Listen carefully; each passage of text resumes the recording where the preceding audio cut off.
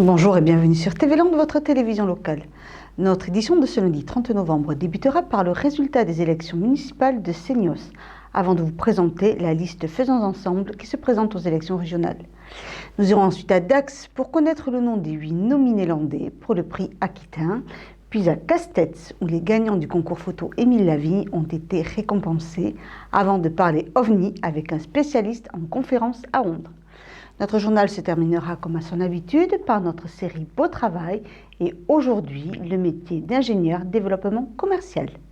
Pour commencer, Seignos a-t-il un nouveau maire ou le maire sortant Lionel Camblane a-t-il été réélu? Qu'ont décidé les habitants de Seignos?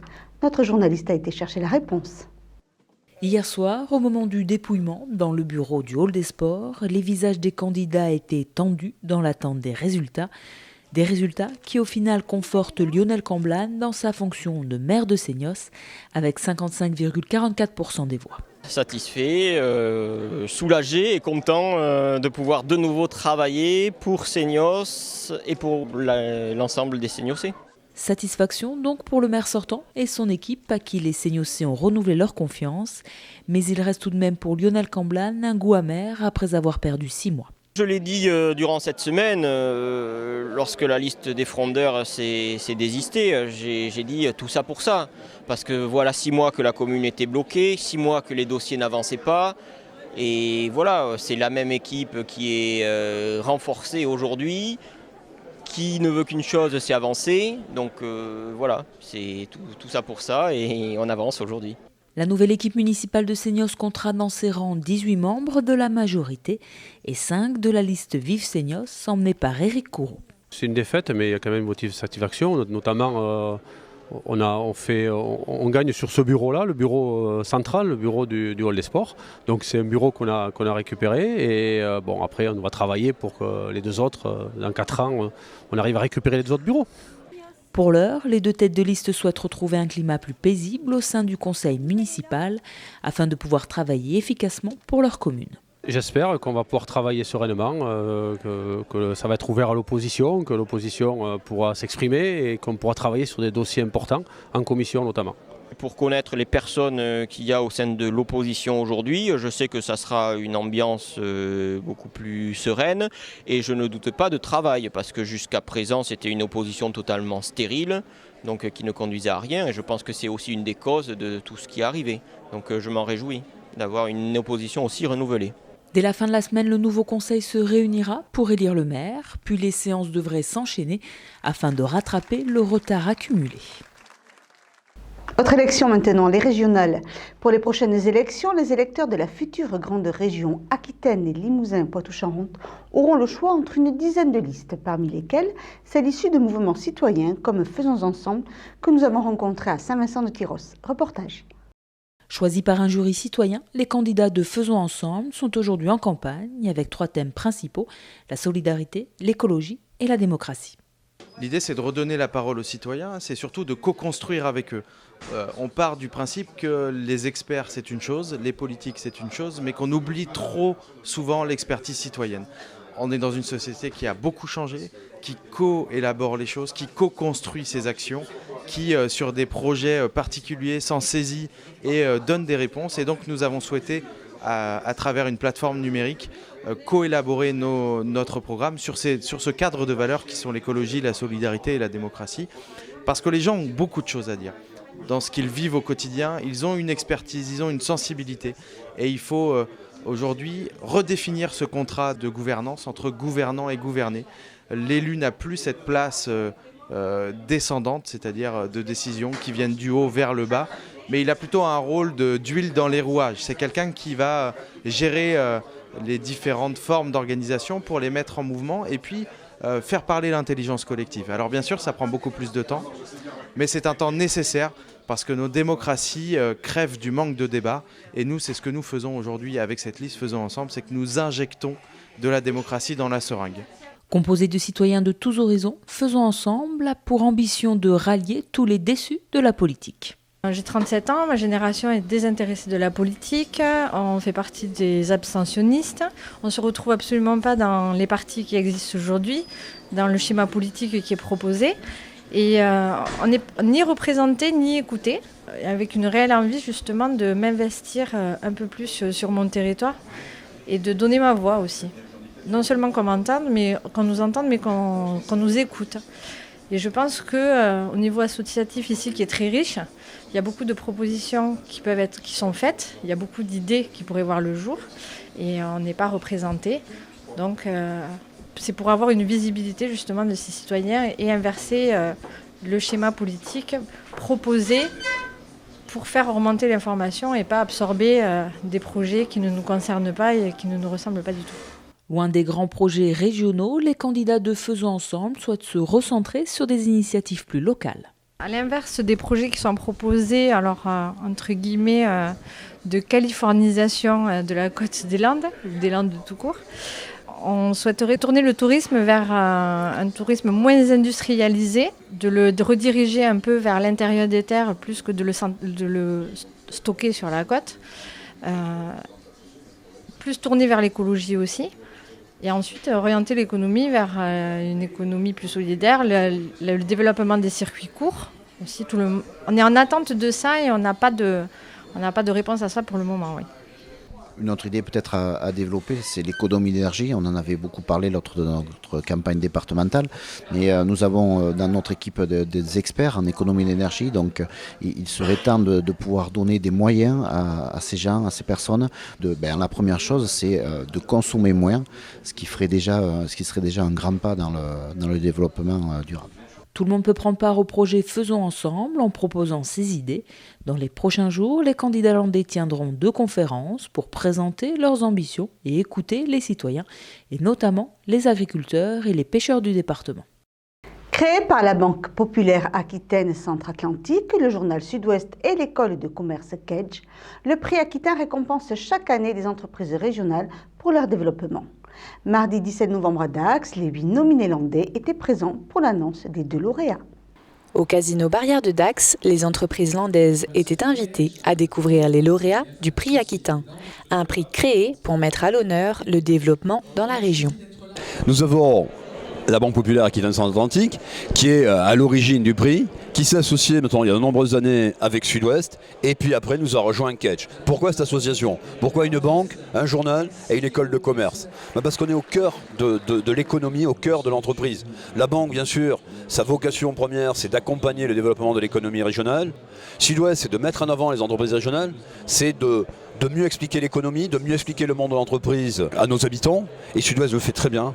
Et Kedge, ce sont une école de commerce qui met en avant ses compétences, qui nous aide à analyser les dossiers, à les sélectionner et donc à les mettre en avant. Nominant 8 entreprises par département, ce sont donc 40 nominés qui ont été étudiés. Ça se traduit par une sélection d'abord de l'ensemble des chefs d'entreprise par département, avec la contribution des étudiants de Kedge qui eux-mêmes participent à la sélection des dossiers. Ces dossiers sont vus par un jury qui cette année était présidé par Éric Trappier, le président directeur général de Dassault Aviation, qui nous a fait l'honneur de présider ce jury. Nous choisissons 2 lauréats par département. Et ensuite, parmi ces 2 lauréats par département, il y a l'Aquitain de l'année qui est nominé, qui est élu, et dont on lui remettra le prix le 1er décembre à Bordeaux. Ce que nous regardons, bien sûr, sont les ratios financiers, mais pas que. Nous regardons le développement à l'international, nous regardons le développement en termes de création d'emplois, mais surtout ce que nous regardons finalement, quand on regarde bien le dossier, c'est les hommes, les femmes qui dirigent ces entreprises. Et c'est le chef d'entreprise qu'on regarde, son projet, comment il le développe, comment il le porte, comment il le vit avec ses équipes. Et pour les 2 lauréats landais, le prix Aquitain valorise le fruit d'un long travail.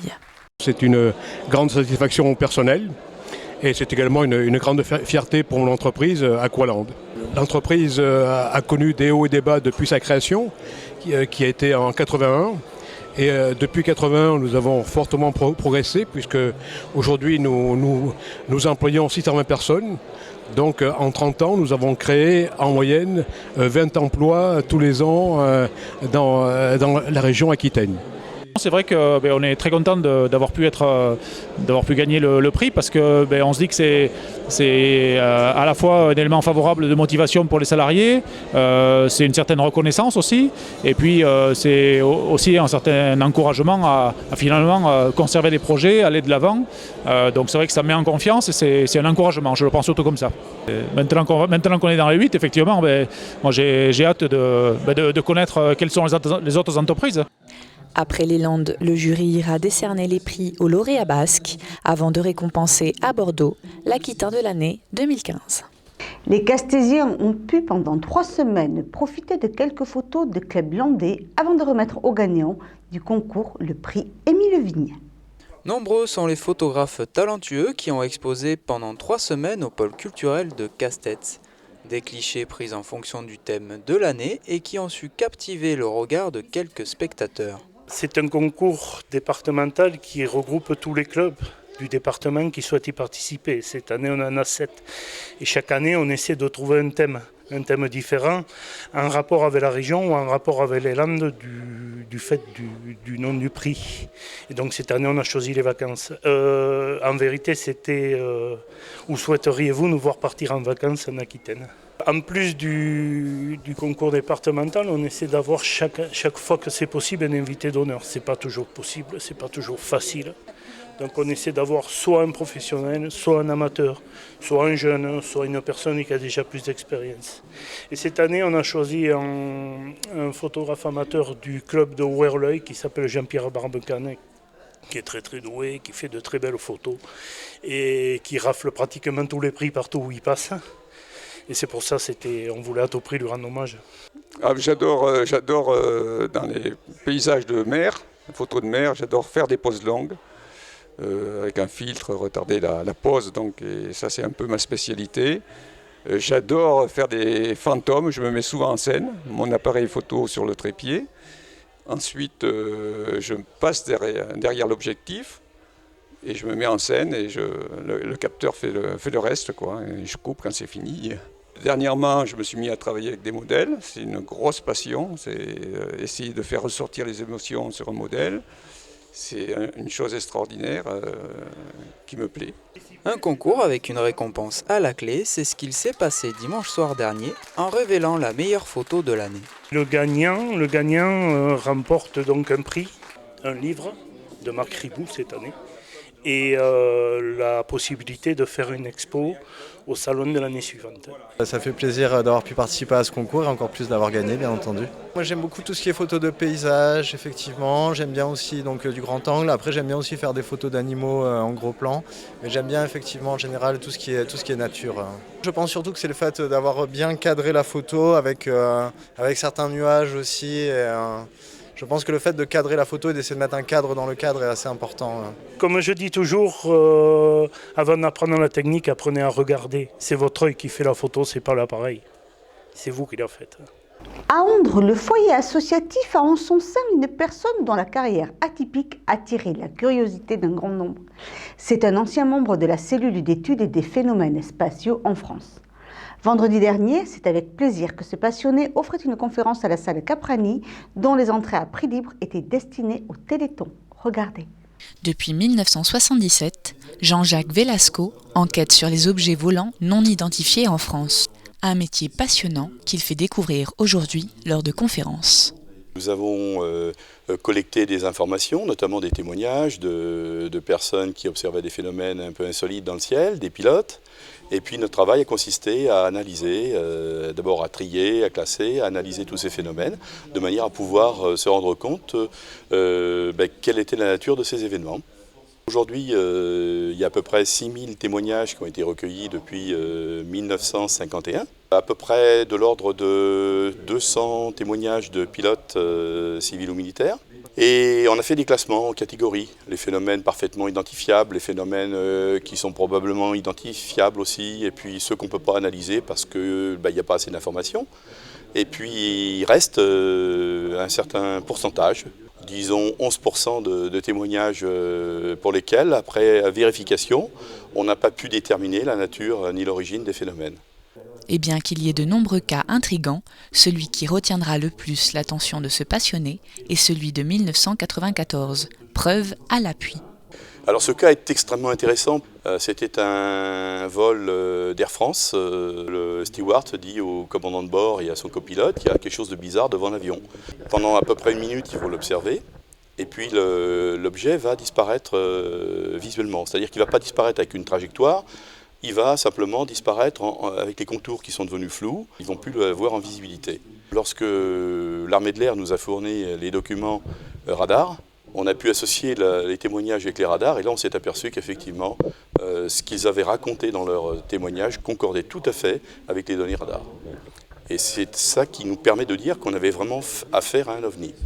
Des cas similaires, il y en a eu énormément dans le monde, notamment aux États-Unis.